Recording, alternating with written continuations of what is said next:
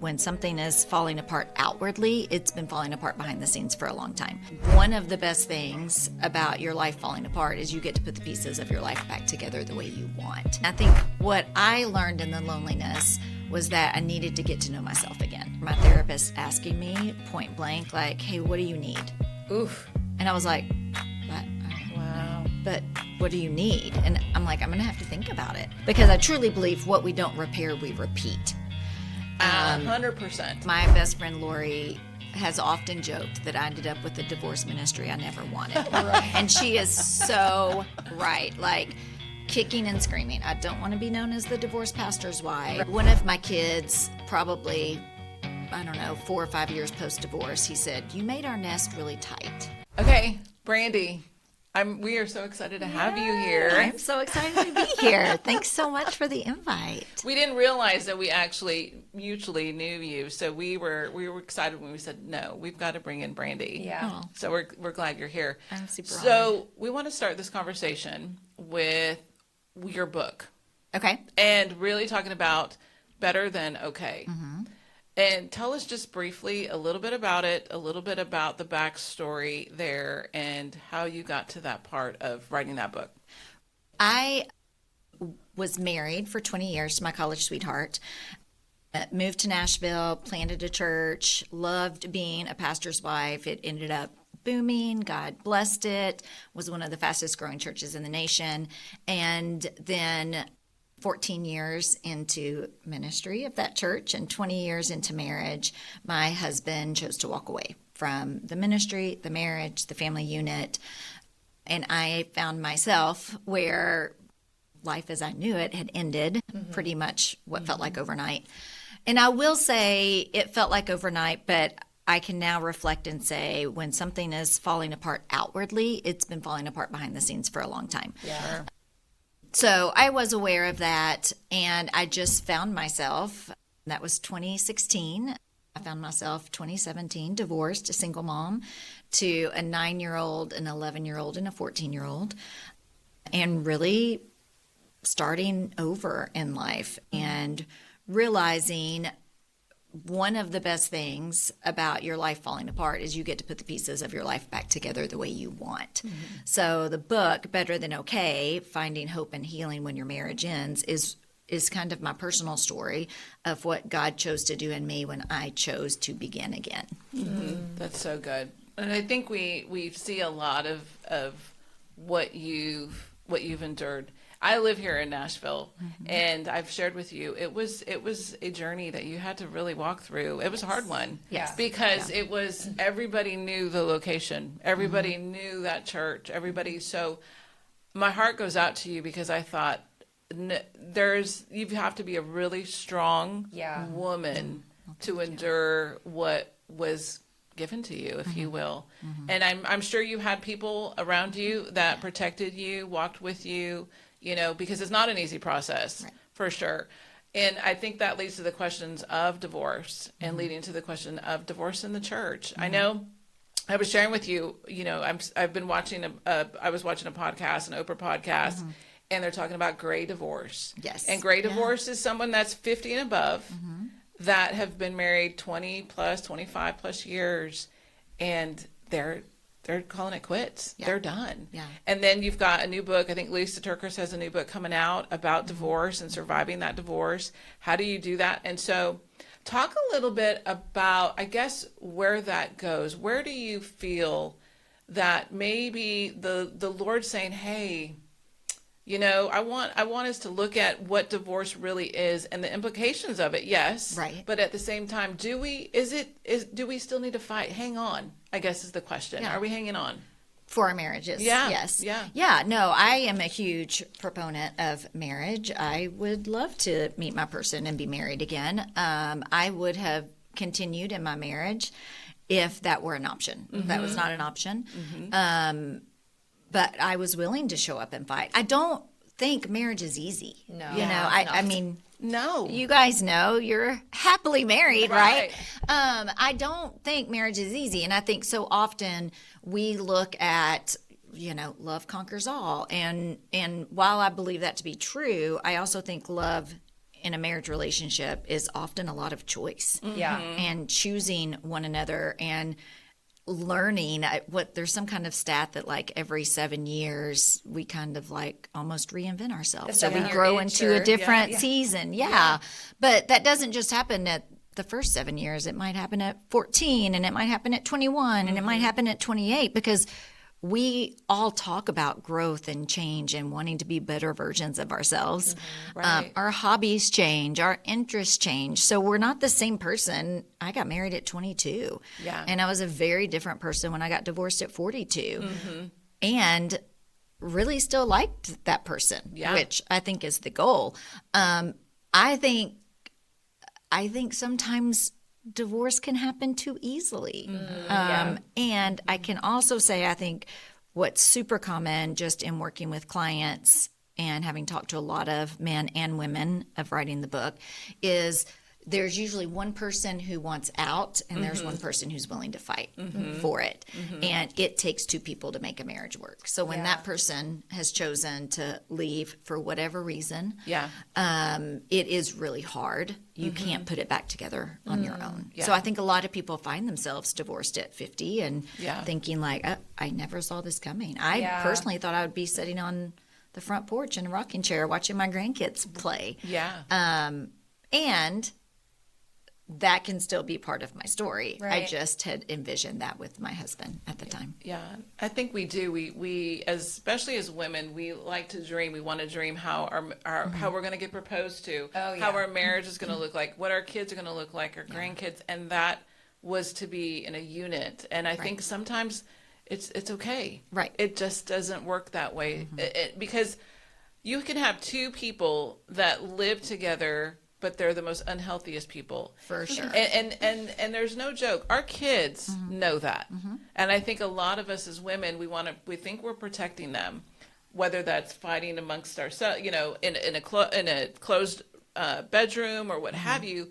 But our kids are very aware. Kids always know. And I think that's the thing is we have to look at it in the bigger picture is if I'm in an unhealthy marriage, one, let's figure out how we can make this healthy. And two is what does this look like with the kids? Yeah. Where does this come in? I think for the younger generation it's like the marriages are fruitful, but building a marriage, building a relationship with your husband, with your spouse that you want your kids to model from is so key. And I think you did that. You did that. I have to believe that if you're saying that you loved him at 22, right? And you loved him at 42. Yeah. And those are things. It's the hardest part to see when divorce happens, but when you can come out as healthy as you've come out, I mean, kudos to you. Yeah. Oh, thank you. Well, it Kudos is lots of to work, you. lots of therapy, lots of intensives, lots of reading. Well, I really admire you because I think of that phrase, you can get bitter or you can get better. And when I look at you, I know you've gotten better. I see Thank it. You can see it. And I think that that's a great example, maybe not even just with divorce, but like anytime you face something where somebody offends you or hurts you or sins against you, you can get bitter at them, you can build resentment, or you can choose health and healing. And so I feel that from you and see it in you, that you've chosen better through faith and through growth and healing. And I think that's such a cool example. I feel that and see that. I think one thing too is we talk a lot about identity. So like identity, married, and now you are this whole different person with a whole different life. Right. So how did your identity shift, you think, going from this person to this person? Yeah. Yeah. So married Brandi to single Brandi. Yeah. Great simple way to put it. I think identity is really hard for women in general. Yeah. Not just divorced women, but I think as moms, we know what our kids need, what they want, what their favorite of everything is. Yeah. We often know that about our girlfriends. We know that about our husbands. And I think for me, part of the identity was I got divorced and there was a lot of loneliness. Yeah. And I'm an introvert, so I can kind of handle being alone for a certain amount of time. But it's those Friday nights when there was this routine that wasn't a part of my life anymore, or there's going to the field where my kids are playing and I don't have my person to sit with anymore. I'm sitting alone. So there was lots of loneliness. And I think what I learned in the loneliness was that I needed to get to know myself again. Yeah. I had, in some ways, put myself on the back burner. Life was busy and full, and, I had 3 kids I was raising. And also, I think I tend to be the type, I'm an Enneagram 2, so I'm a great supporter. So it's okay if you're the one in public and I'm the one more behind the scenes. I'm comfortable with that. And I felt like God didn't want me to do that when it came to the recovery of my divorce. He wanted me to share what he was teaching me and what I was learning. So I was really intentional in that loneliness to get to know myself again. Yeah. I remember my therapist asking me point blank, like, hey, what do you need? Oof. And I was like, I don't know. But what do you need? And I'm like, I'm going to have to think about it. Yeah. And then she would say, what do you want? I'm like, I don't know. So to really become reflective, journaling was huge for me, is still huge for me. It's a great way for me to process, to figure out what's going on internally, because I can kind of tend to quiet that to take care of everyone else. But that time of loneliness, I just became intentional about. It wasn't easy. And also, I started feeling so comfortable in my own skin and who I was that it was really a beautiful process at the same time. Yeah, it's almost like the butterfly, like the metamorphosis. Yes. You're like in this like cocoon. Oh, like but God, with God leading the way. Like, look at you. Yeah. Look at you now. Like, Yeah. I think that's really cool. Well, and I do think, and I think what you're going is where I want to go with the next question is healing. Like, before we move on to the next thing that God has for us, the next relationship, what have you, how important is it? Talk to that person, but how important it is that you feel that we've got to look at get ourselves healed before we move on. Yeah. I believe healing is a process. And I also believe you have to trust the process. And I would even, with clients and stuff, I talk about, healing, which is ing and not ed, because I don't feel like it's a process that's necessarily ever done. Yeah. I feel like there are things that we heal from in order to, in a way that allows us to be able to move forward. But I think I've just recognized, I'm working through with my therapist, something that I recognized from my parenting when I was married, that I was aware of, and at the same time am developmentally at a point where I can deal with that now, and I couldn't deal with that 6 years ago. Yeah. So I think healing is a process. It like recovery. If you're talking to someone who has battled alcoholism, they'll say, I'm in recovery from alcoholism, not I'm recovered. Right. So I think it is a process. We have to trust the process. And in our healing, we start to pick up healthy patterns of communication, healthy patterns of how to show up for people, healthy patterns of how to take care of ourselves. Because I truly believe what we don't repair, we repeat. 100%. So part of that healing is the self-awareness and the reflection of how did I show up in that can also, it's very easy to take the victim approach. Yes. And a lot of things were done to me in my relationship. And I also enabled some of that. So some of that healing process for me was also forgiving myself for the fact that I had enabled the behavior that ended up causing a lot of the hurt.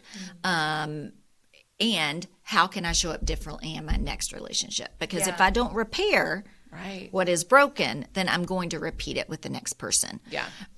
So I have seen a lot of growth in that. And I've had a couple of dating relationships, don't currently have one, but I say that to say I can now look at myself and the way I communicate in relationship and be proud of myself when I've shown up fully, when I've communicated something hard, when I've walked through a conflict in a way that I allowed that person to be heard and also knew that I was heard myself. So there's a lot of empowerment that comes with recognizing that and allowing God to do the healing work in you. Yeah. Do you feel like you kind of found your voice now, where like maybe you didn't feel like you have one, and this process has given you that voice back?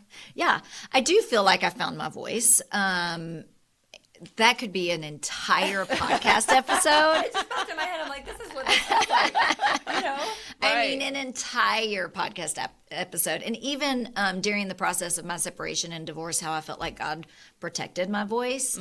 And the first time I used my voice during the separation was I worked for an organization called Leading and Loving It for pastors, wives, and women in ministry. And I was on the stage and kind of just shared what was going on in my life in regards to the resignation. And I knew at that point I had filed for divorce, and there were only 2 other people in the room of 1,200 women who knew I had filed for divorce. And that just being such a significant moment of acceptance and being able to stand up and speak the truth of what was happening in my life. Yeah. Like ways God was showing up, what I was clinging to in the midst of what was a very desperate situation. And that was probably the first moment where I felt like, oh, I'm getting my groove back. Yeah. Yeah. You had a new identity. Yeah. You found yourself in a way that says, I was this, but this is who I am today, Yeah. for sure.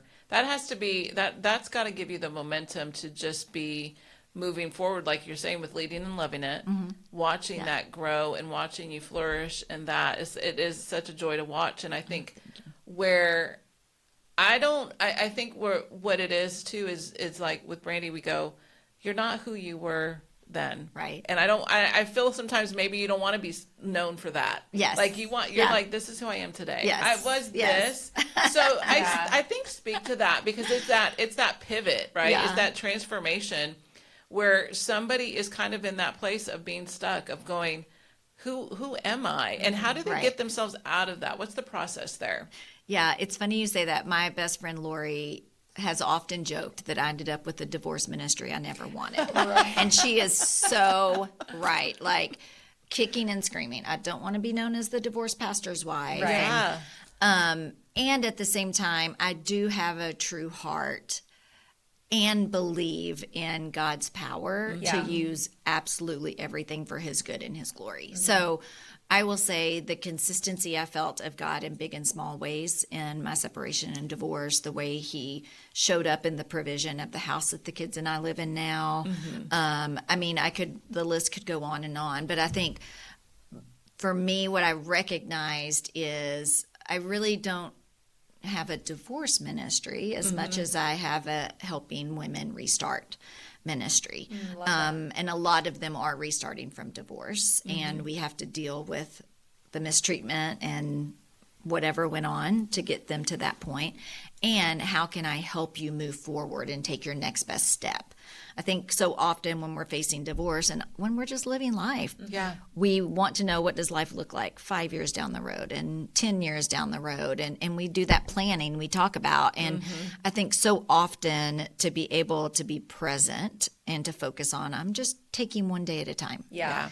And from this point, what is my next best step?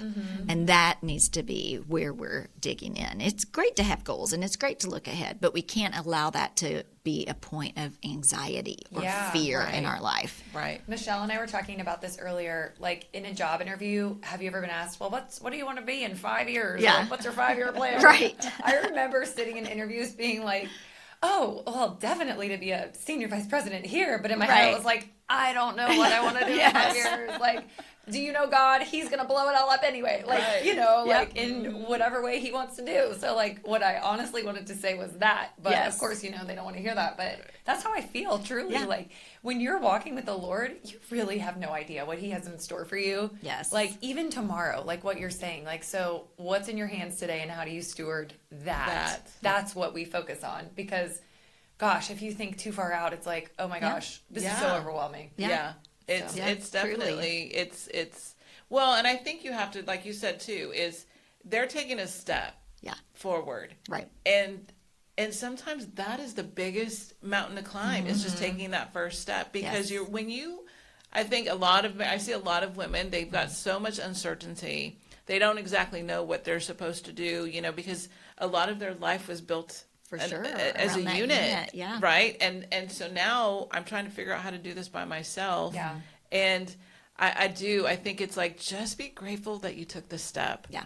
And then Yep. we'll take another one. Yep. And it'll be okay. Yep. And I find, like, I know I was married at a young age of 21, got divorced within a year. You when you're young like that, you're just going to do what everybody else is, that Right. peer pressure, if you will. But I am grateful for it because I got to learn about myself. I got to learn about others and the way people are in the church, that kind of thing. So I think there's so much conversation there that we can talk about with divorce and with marriages and stuff. But I do want to talk about adult friendships. Yes. And I feel like, we are at a place where we are so bombarded with our phones. Yeah. And that's our hit, that's our dopamine, fills our box, if you will. Where do you see right now that are people asking for more relationship, they want more connection, or are they struggling with being lonely, that loneliness factor? Speak to that a little bit. Well, research would show that loneliness is an epidemic right Right. now. And I think there's lots of people being in the same room and not being known. Yeah. And as I said, I'm an Enneagram too, so I'm all about connection. So I'm always looking for, like, the phone is not enough for me. And one of my kids started saying probably a year and a half, 2 years ago, like, hey, hang up and hang out. Oh, Love and that. and we all use it now of like, okay, we've kind of always had a no phone at dinner thing, but different times where we choose to watch Love on the Spectrum together. It's like, hang up and hang out. We want to talk about what we're watching. I love and that line. Right. so I think I love that they have given that to me. Nothing makes me happier than when I meet a bunch of girls out and there's not a phone on the table or all the phones are face down. So I think it takes that intentionality. I think people are looking for connection. I think we are, as women, are really good at that. Yeah. Oftentimes better than men. I think that's something they struggle with. And we're willing to lean in. Yeah. And I have really wonderful female friendships, adult relationships. My support system is one of the reasons I ended up better instead of bitter. Yeah. They've just been incredible, and God placed some really significant people in my life. And I also love getting to create new friendships and meet new people, and because you never know, friends, the whole cycle of friendship sometimes is like sad and heartbreaking. Yeah. And Right. somebody who I was close to 15 years ago, I don't even see or speak too much now. And that is heartbreaking and sad. Right. And the thing I think we often underestimate is that those friendships are just going to show up. And we have to be active to make those happen. I want a friend who's going to want to spend time with me, and I'm going to want to spend time with them. Yeah. And Yeah. I have, lots of friendships that I have a group of football moms that we've been hanging out since it was my oldest son's sophomore year of high school. So we're, they're now 24. So Yeah. we've all been together for like 9 or 10 years, and our kids have long graduated and started their own lives, and we are still getting together for Christmas parties, and we camp in the summer, and we meet for happy hour when we can. And Yeah. I look at us and I'm like, you would have never put the 6 of us together. Yeah. How did the 6 of us end up being friends? Wow. Like, Yeah. this is so random. Yeah. Right. And also, we have shown up for each other's parents' funerals, and we have been at kids' weddings, and we have done a lot of hard stuff together. And I'm just grateful that I do have those friendships in my life, but it takes intention. It doesn't just happen. Did you feel like there was a shift in friendships when the divorce happened? Like, did you feel like, I had all of the support and now it's a shift, or they view me differently, or like, what was your experience in friendship through that? Yeah. Well, I got all the good friends. I can look back now. It was very difficult. Yeah. And I isolated in a healthy way because Yeah. everyone was watching. It was on our local news and it was on the front page of You the went to Cross Point. Tennessean. Yeah. Yeah. So like it felt overwhelming. And one of my kids, probably, I don't know, 4 or 5 years post divorce, he said, "You made our nest really tight." And he's right. I did. I like circled the wagons, and I spoke to my therapist, and I had 2 friends here in Nashville I spoke to, and my girlfriend in Vegas I spoke to, and I mean that was it. I would take my kids to school. Yeah. Come home, park in the garage, put the garage down, Yeah. go upstairs to the second floor, and I didn't want anyone Well, to you knock kind of on had to my recluse door. yourself because you had your boys. Right. Yeah. Right. So But so I did isolate in a healthy way. And when it was time for me to start engaging again, I have been very fortunate that God has restored every relationship that was of significance in my life. Wow. I am still friends with people who were on staff with us at Cross Point at the time. I have lots of connections that go back 25 years who knew me when I was pregnant with Jet. So all of those, once I was ready to re-engage, and it took hard conversations and it took a lot of honesty and explanation. And in doing that, there was also restoration. So there might not have been restoration of my marriage, but there was restoration of a lot of other relationships in my life. That's really sweet. Yeah, that is. Okay, we know that you are a coach, Yes. so we thought we'd throw some little coaching questions to you. So you're going to put your hat on. I'm actually back in school to get my clinical mental health to be a licensed professional counselor, y'all. I get my the empty goodness. nest and I go back to school. So 3 of the 4 of my family members What are in did you college see that right made now. you want to do that? I almost did it 5 years ago. Okay. And my therapist at the time was like, "I'm going to speak frankly. You don't have the margin to do this." Don't you love people? Yes. Well, she'd heard me be wishy-washy for 6 months, and she's Yeah. like, "We're moving on." So, she said in 5 years, your youngest is going to graduate, and you're going to be 50, and why don't you think about it then? And I'd kind of forgotten about that because coaching has been so successful and enjoyable for me. Yeah. And I would like more knowledge. Okay. So, I was in May as I'm juggling graduation parties and graduation. I'm like, what would it be like to go back to school? Love that. And I started in August. So, yeah. Good for This you. is my heart. Good for you. Well, I mean, really, you get to a place where you're like, I still have more to give. Yeah. I mean, and you're like, what can I do to give back? And so I do. I think I love when older women can get together and just be like, you know what, I still want to contribute. Yes. I still want to play a part, play a role, whatever God has for me, but just something. Because or the other choice is just to sit and watch life pass you by, if you will. And Yep. I'd We choose need the you latter. to keep going. Yeah, we need that. Exactly. Okay. Okay, coaching. So I'm 52. Yes. And say I could be at a place where I'm thinking about all the women that are at my place where you're going, okay, what do I do next? Kids are gone. I'm empty nesting, good marriage. But at the same time, I raised my kids. I was a stay-at-home mom, and there's this shift happening. So how do you walk through somebody that is not, you feel stuck. Yeah. You feel like, what is my next? But I don't want to waste my time. You know what I mean? Because we can dabble all day long. We can dabble. But how do you coach somebody through that?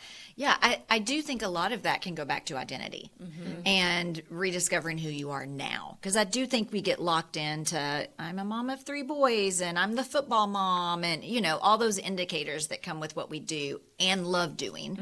And I think, I said last spring when I knew Brewer would be going to college, like post-divorce, I knew I'm going to keep my kids in the school system. Yeah. So this gives me this area of Franklin I need to live in to keep my kids in the school system.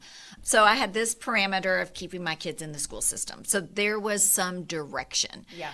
Well, now with my kids all having flown the nest, it just opened up the world in a whole new way. Yeah. And I've done a ton of identity work. And I at one point in the spring, I remember saying like, God, I've already done all this. Yeah. I've already don't tell me I have to figure this all out again. And I have definitely relaxed about it now Yeah. that I'm living it. I tend to, anticipation is worse than actually doing it for Yeah. me. I know that about myself. But I do think so much of that is like, what do you want your life to look like? Yeah. Yeah. Like, let's talk about, you Yeah. say you want more. What does more mean What to you? does more mean? Yeah. You know, and then I think so often we envision like, oh, I want my life to be full of this and full of this. And it's like, well, how will you know when you've gotten there? Yeah. What are your measurable? What are the markers for you to be like, oh, now I know I've achieved what I wanted to achieve, or I've created the life I wanted, to be able to give them something tangible to work toward. Yeah. You know, I think we almost have to learn to dream again for ourselves. We do it for our kids. We might do it for our marriages. I remember when I knew I was going to be selling the home that we had lived in and purchasing a home on my own to kind of have a fresh start. I didn't realize it was teaching me to dream, but I opened the notes on my phone app and I put in, you know, new house. And then I started listing everything I wanted to include in that house as far as, you know, how the feel that I wanted it to feel safe. I wanted it to feel cozy. I wanted it to be a place where all my kids' friends came over. I knew I wanted I wanted a warm and bright, vibrant color in my bedroom, and I wanted like everything else kind of more muted and calm. Yeah. And you know, I just made this. I wanted lots of plants. Yeah. It was simple stuff, but it was me having to reflect on, what do I want this house to look like? Yeah. And what do I need from starting over in this space? So I really think it's a lot of that identity work and getting to know ourselves again and enjoying ourselves again and Yeah. recognizing, what do we like? Yeah. I've cooked, you know, spaghetti once a Yeah. month for 18 years because Yeah. everyone Yeah. eats it. I'm sick of spaghetti. Yeah.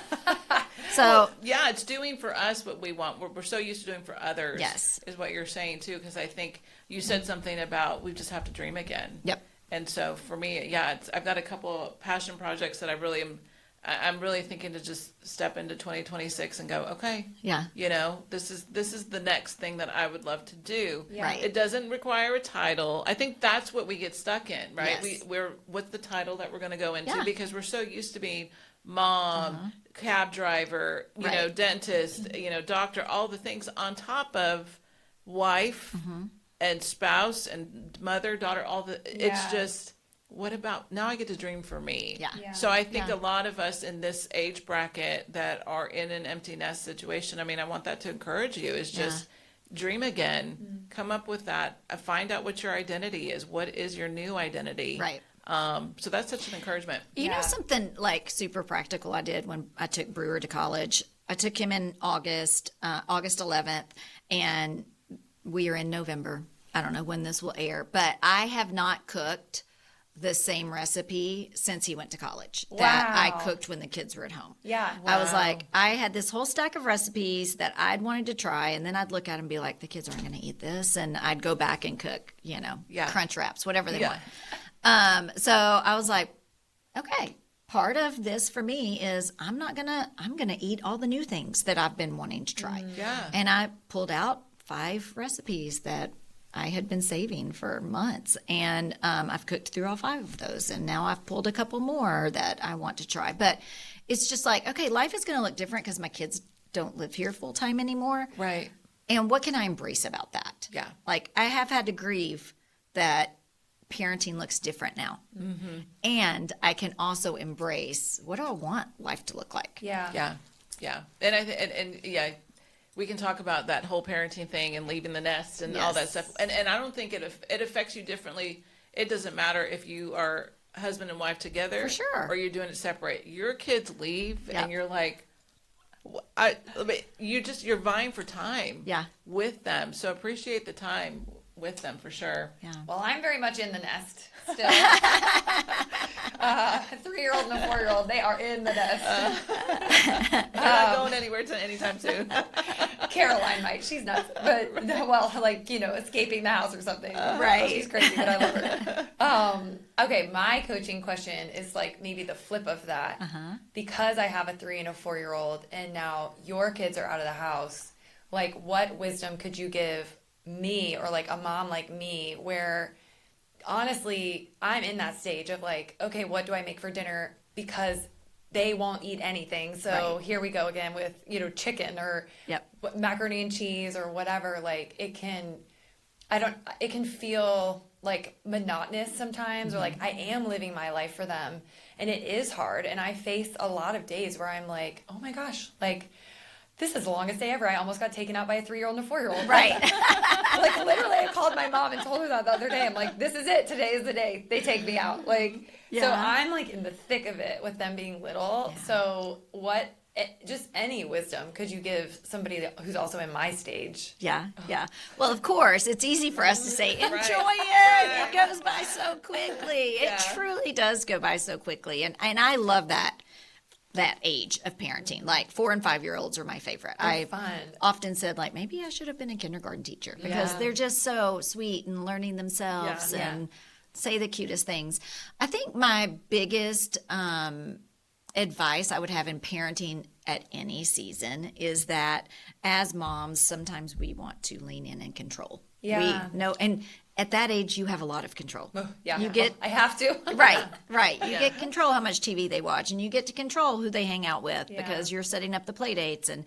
And I think, as they get bigger and they start going through different seasons, I remember when my oldest went to kindergarten thinking like he now spends more awake time with a person I don't know Monday through Friday than he does with me. Like that just felt a little off. So I felt like through my divorce, remembering, and now as they're adults, as I'm in school, I've realized my kids are called emerging adult. Oh. And 2 of them are emerging adults. 1 of them is early adult. And I'm like, oh my gosh, so much of what we've been going through makes sense now that I'm reading lifespan development. Yes. But I think my biggest piece of advice is you have to trust that God will work out his will in our kids' lives. Right. That with that control, we often think we know what is best, and I'm going to tell them what to do because then they won't make the same mistake I did. Or, I can't believe that they're not doing better in this math class. And we want to control that. And we do have to insert ourselves. Yeah. And at the same time, we have to trust that God is going to work out his will in their lives, not our will. And not just what we want for them, but what he wants for them as well. And whenever I'm going through a season where I'm concerned about one of my kids, that is my prayer of God. I believe you will work out your will in their lives like you are working out your will in my life. I've seen you do it firsthand here, and I believe you're going to do it for them as well. That's so good. So good. Well, we have enjoyed having you. I've loved it. I know. Thank you. This is so fun. I love this. It's been fun. Anything else you want to say to just encourage? Anything you feel like you've missed out on, but we want to just give you a few moments if you want. I think I always want to encourage women who are walking through divorce, and I always love encouraging single moms. That is probably one of the benefits that I have received from my divorce ministry is getting to love on single moms and single dads as well. I just kind of rub elbows more with single moms and just remind them that they're not alone and they are loved. I think so often it feels like you're making all of the decisions by yourself. You're carrying the emotional weight and the financial weight, and you're carrying, a lot of the discipline weight. Right. And to just remind them that they are seen and they are loved. And it might feel like they are a single parent, but they are not parenting alone. That God is with them in that. So good. Well, Brandi, it's been fun. Thank you. Thank you for It's been coming. great.